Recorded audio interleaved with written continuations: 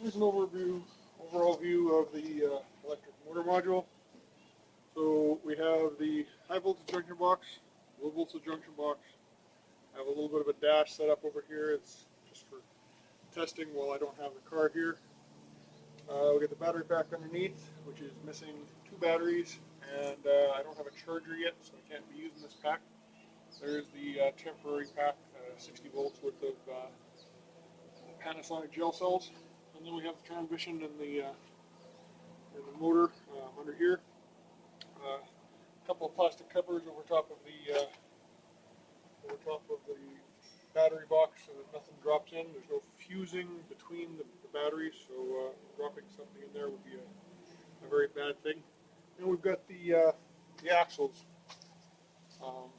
little short axles from the 2002 and the 2006, both on here, so you can see in here. Yes, I did let some oil out, but there's oil inside the transmission, and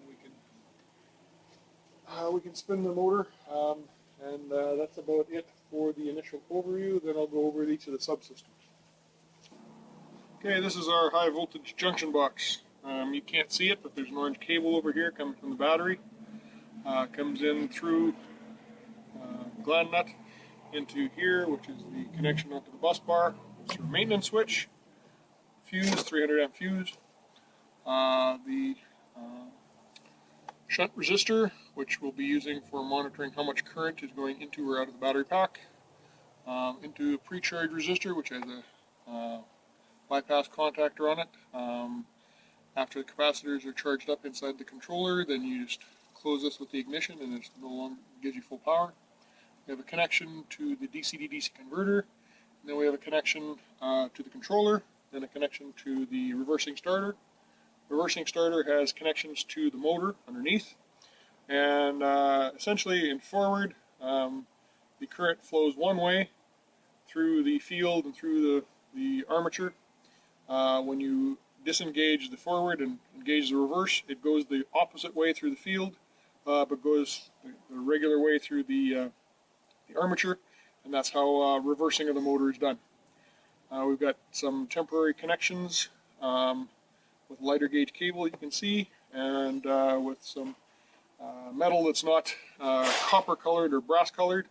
That is on the to-do list to fix, but it does function the way it is.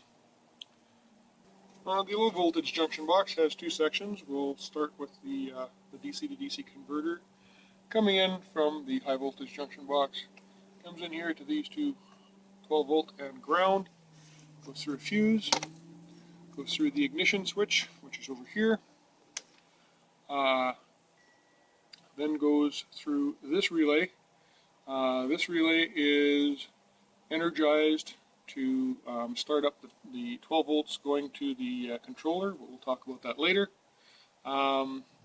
Then we go and power up 3 separate relays over here, forward, reverse, and bypass, which again control things over in the high voltage junction box. I will have a slap switch. I will have an inertia switch. Those aren't in right now, so we're just bypassing them. And then 12 volt comes out the end. The grounds are quite well connected over here, and then we have the forward and reverse wiring coming up to this selector switch. It's a key switch. It doesn't need to be, but that's what I had.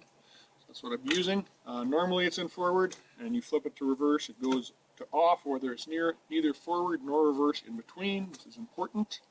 The second part of the low voltage junction box is the 12 volts from a separate battery going to the controller. So we've got a little battery on the side here, hooked in back here, comes to these 2 terminals, which then go through this relay. The relay turns on when the ignition's turned on, goes through a fuse, and comes to the terminals here. So here's your 12 volts going to the controller, and then the potentiometer, the accelerator, goes to these 2 wires, which then goes directly into the controller. That's where we're going to have our Hall effect pedal hooked up, hopefully in the near future. It appears that I missed one thing. There is these 2 red wires here, come to a set of terminals which are to be connected to the charger. When the charger is charging, none of the rest of this stuff works. The forward reversing contactor, the bypass contactor, none of that stuff works. The ignitions, when it's on, will power up the controller and that kind of stuff. But if the battery charger is plugged in, then nothing on this end of the circuit board will get any power, so you cannot move the car. I don't have the charger in right now, so that's why I have a jumper across those two terminals. Here we see that there is the smaller or shorter of the axles plugged into the side of the transmission there. This makes it so I didn't have to lift the whole motor module up over the side of the trailer, and it does appear to hold oil, which was one of my questions. This isn't the longer axle, so I still have some experimentation to do. But this makes it so that I can show you guys the shaft spinning.